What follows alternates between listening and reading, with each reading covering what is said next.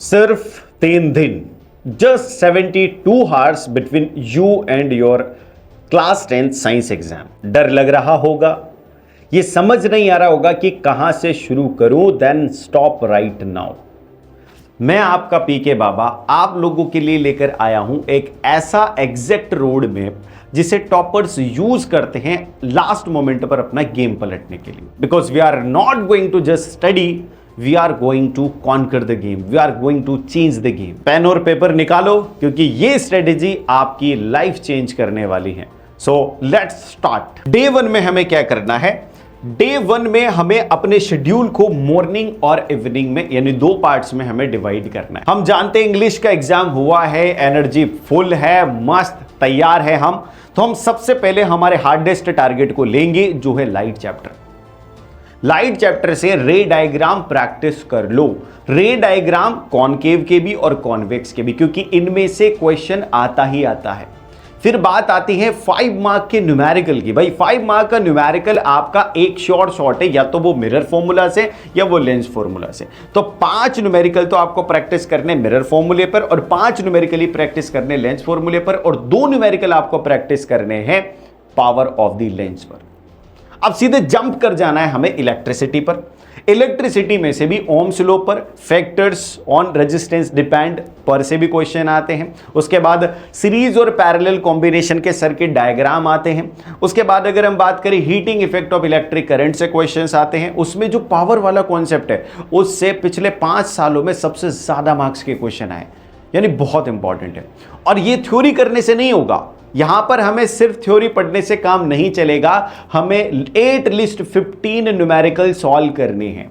यानी electricity chapter के at least 15 numerical solve करने हैं, और ये हमारे हो गए हार्डेस्ट चैप्टर।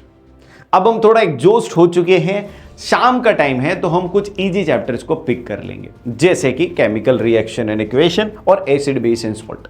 केमिकल रिएक्शन में भी कुछ रिएक्शंस है जो ज्यादा इंपॉर्टेंट है, जैसे डिस्प्लेसमेंट है, डीकंपोजिशन की कुछ रिएक्शंस है। उसके बाद डबल डिस्प्लेसमेंट में 2 रिएक्शंस है, दोनों इंपॉर्टेंट है। ऑक्सीडेशन रिडक्शन में MnCl2 और MnO2 वाली रिएक्शन बहुत इंपॉर्टेंट है, उससे ज्यादा बार क्वेश्चन आते हैं, तो इनको आप अच्छे से प्रैक्टिस कर लो।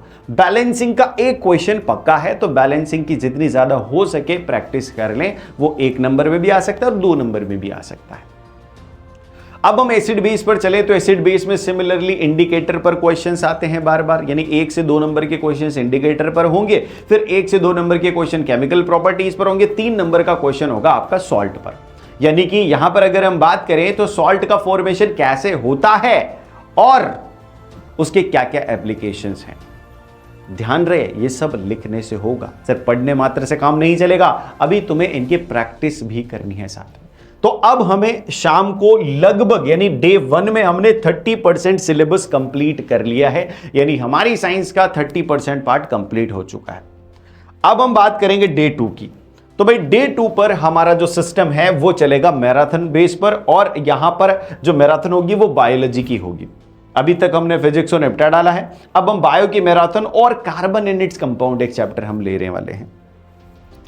अब हम बात करते हैं यार, मॉर्निंग में हम लाइव प्रोसेस, यहां पर ज्यादातर पार्ट अब हमारा क्या है, रटने का है, पढ़ने का है, डायग्राम्स प्रैक्टिस करने का है। जैसे लाइव प्रोसेस सबसे हाईली वेटेड चैप्टर है, इसमें से हर्ट का diagram, nephron, alimentary canal, neuron का कंट्रोल एंड कोऑर्डिनेशन में है। तो यहां पर अगर हम बात करें तो ये सब डायग्राम्स और इनकी लेबलिंग, ध्यान रखें, अच्छा डायग्राम ड्रॉ करना सफिशिएंट नहीं है, उस पर मार्क्स नहीं मिलेंगे। डायग्राम में करेक्ट लेबलिंग करना वेरी जरूरी है।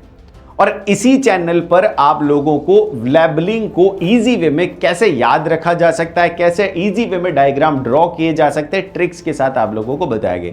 तो इस चैनल को सब्सक्राइब कर लो और वीडियोस आप लोगों को शॉर्ट्स में आपको मिल जाएंगे। फिर हम बात करें यार हाउ डू ऑर्गेनिज्म रिप्रोड्यूस और हेरिडिटी की। हाउ डू ऑर्गेनिज्म रिप्रोड्यूस में 2 पार्ट्स हैं, सेक्सुअल और असेक्सुअल रिप्रोडक्शन।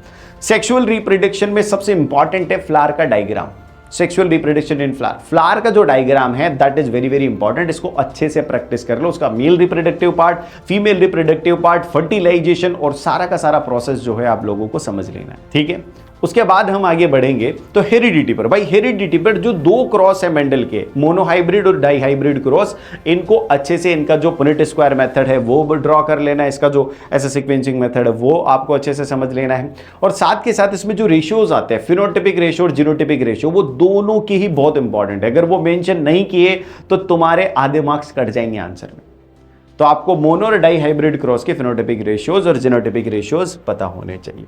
फिर हम इवनिंग पर लेंगे हमारे जो मेन और विलन चैप्टर है जिसका नाम है कार्बन एंड इट्स कंपाउंड। भाई बहुत इंपॉर्टेंट है।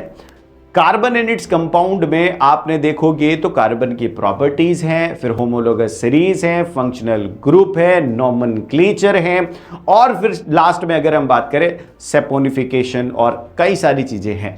केमिकल प्रॉपर्टीज है, इथेनॉल है और एसिटिक एसिड है जिनकी केमिकल प्रॉपर्टीज है, काफी सारी इंपॉर्टेंट केमिकल रिएक्शंस है। तो ये चैप्टर हमें भाई निपटा कर ही सोना है, क्योंकि हम डे 3 में इसका रिस्क नहीं ले सकते। तो आज डे 2 में हमें ये पूरा चैप्टर कंप्लीट करना है। इसके सारे कॉन्सेप्ट, थियोरीज, प्रैक्टिस सब कुछ फिनिश करके ही हमें आराम से सोना है। अब हमारा डे 2 कंप्लीट, और लगभग ऑल मेजर चैप्टर्स जो हमारी साइंस के मेजर चैप्टर्स है जहां से ज्यादातर मार्क्स के क्वेश्चंस आते हैं, वो सारा का सारा यानी ऑलमोस्ट हमने 80 में से 70 मार्क्स का वेटेज जो है कंप्लीट कर लिया है। अब हम डे 3 में एंटर करेंगे। डे 3 का जो हमारा पूरा प्लान है वो रहेगा फाइनल पॉलिश और मॉक टेस्ट का। यानी अब हमें एग्जाम जैसा एग्जाम देना है, यानी फाइनल बोर्ड जैसा एग्जाम देना है। तो आपको मॉर्निंग में टाइमर लगा के 10 बजे से 1 बजे तक, ये वही टाइम है जिसमें आपका बोर्ड का एग्जाम हो रहा है। आप इसको 10:30 से 1:30 भी कर सकते हैं, बट आप 10 to 1 PM ले, बहुत बढ़िया टाइम है ये। तो 10 से 1 बजे आप फुल सिलेबस सैंपल पेपर देंगे।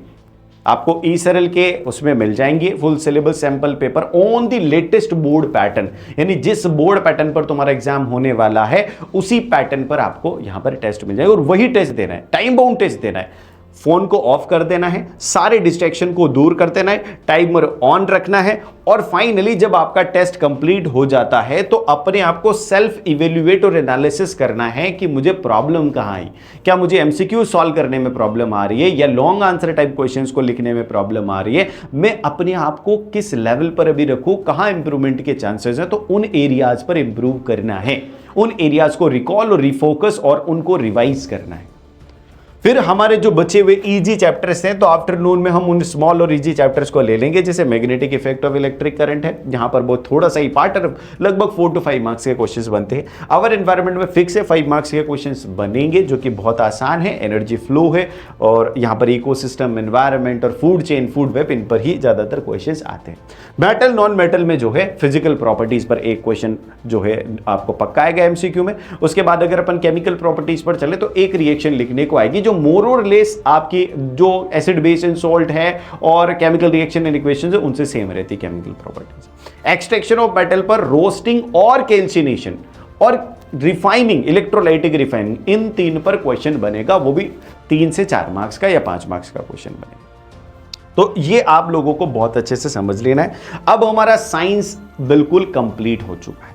Now entire science is complete. अब हमारा जो कॉन्फिडेंस है वो 100 से 200% पर आ जाएगा। अगर ये एग्जैक्ट रोड मैप आपने फॉलो कर लिया तो कोई तुम्हें 100 on 100 स्कोर करने से नहीं रोक सकता।